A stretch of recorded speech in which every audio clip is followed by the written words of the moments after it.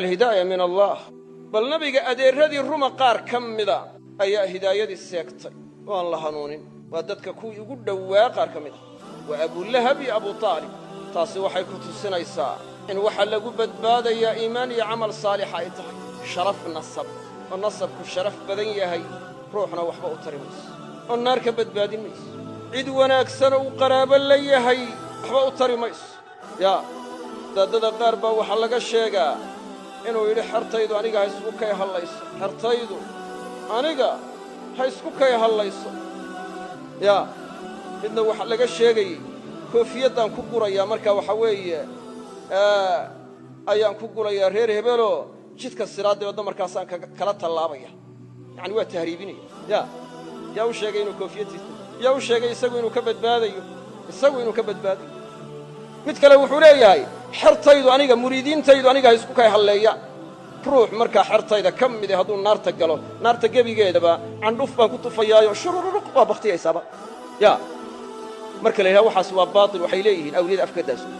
nabi maxamedna waa ka yiri aniga ha isku kay halaynina xagga ilaahay waxaan idin ka tari karaya ma jiro sidaa intuu soo wado inantiisi soo gaaray ubadkiisa ugu jeclaa Faatima ya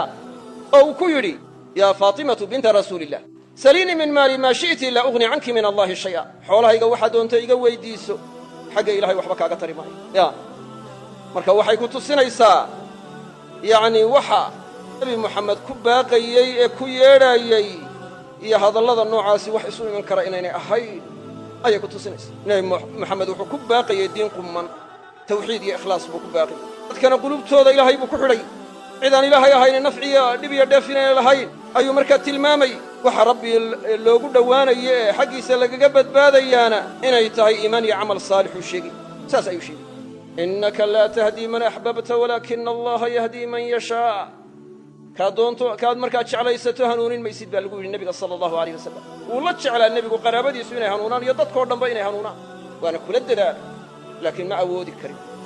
in qalbigooda hidaayo geliyo ma awoodin qudrana uma lahay halka wadaadada qaar oo suufiya ay leeyihiin awliyadu waxay awoodi kartaa silsilada nuurkee qalbiga qofka ku jirtay daalacanaysa aynay dadku arkayn bay u jeedaan silsilad nuura qalbiga qofka muuminka gasha kay doonaan waa ka jari karaan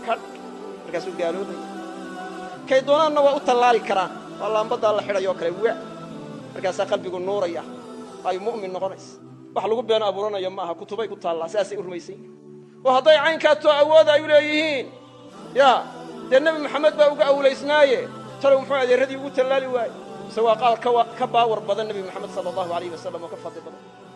nas'alullaha alcaafiya